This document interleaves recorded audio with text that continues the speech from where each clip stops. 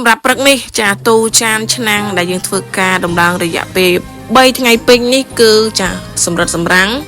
រចនាឡើងចាដោយគុណភាពឥឡូវស្រស់ស្អាតរួចរាល់ហើយអ៊ំពូមីងពុកម៉ែបងប្អូនអើយចាឥឡូវបងប្អូនអាចរីករាយទស្សនាមើលវីដេអូដែលខ្ញុំបានថតបង្ហាញចា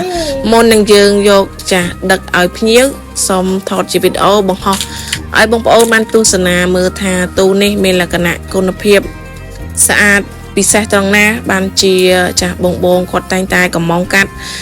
គាត់តែងតែជាយកទៅប្រើប្រាស់ចាភាគច្រើនគាត់តែងfeedback មកវិញថាស្អាតគុណភាពដោយអ្នកលក់ថាអត់ឥឡូវបងប្អូនរីករាយទស្សនាមើលខាងក្នុងវាចានេះសម្រាប់ត្រចៀកវាគឺយើងប្រើជាខ្សែរុនខ្យល់ចាហើយនេះខាងក្នុងចាខាងក្នុងទូ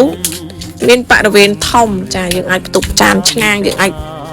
ដាក់គ្រឿងទេសផ្សេងចាតាមតម្រូវការអ៊ំពុំមីងពុកម៉ែបងប្អូនយកចង់ដាក់អីវ៉ាន់អ្វីក៏បានអញ្ចឹងបងប្អូនចាអានេះដៃទ្វាអូដៃទាញហើយនេះទ្វាញោមវាចាមានលក្ខណៈក្រាស់ហើយដៃស្រូបបងប្អូនចាដៃស្រូបសម្រាប់ស្រូបឲ្យបិទទៅយើងទាញបើកបិទវាស្រួលចា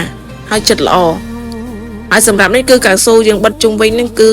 ធ្វើឲ្យទ្វាយើងហ្នឹងមានលក្ខណៈចិត្តល្អអត់អាលុងអត់អីអញ្ចឹងបងប្អូនហើយនេះញោម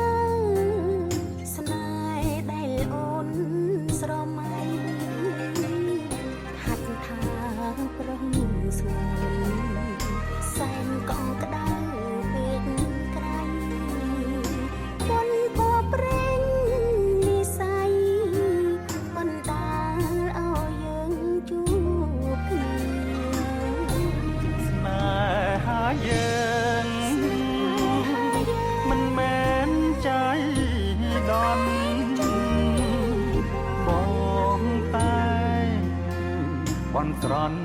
ចងជួបគ្រប់គ្រីសម្រាប់បងដែលមានតម្រូវការស្រឡាញ់ជាប្រភេទទូចានដែលគុណភាពល្អប្រើប្រាស់ទៅបានយូរឆ្នាំបងប្អូនធ្វើការជាងម្ដងបងប្អូនប្រើបានរហូតចាយើង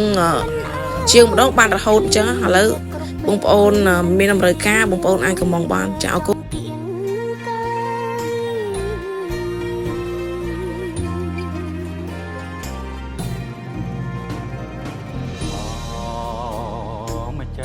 ជីវិតបងព្រៀមសូមថ្នមត្រកងអរាបងជាខ្នើយយើងនៅក្បែរ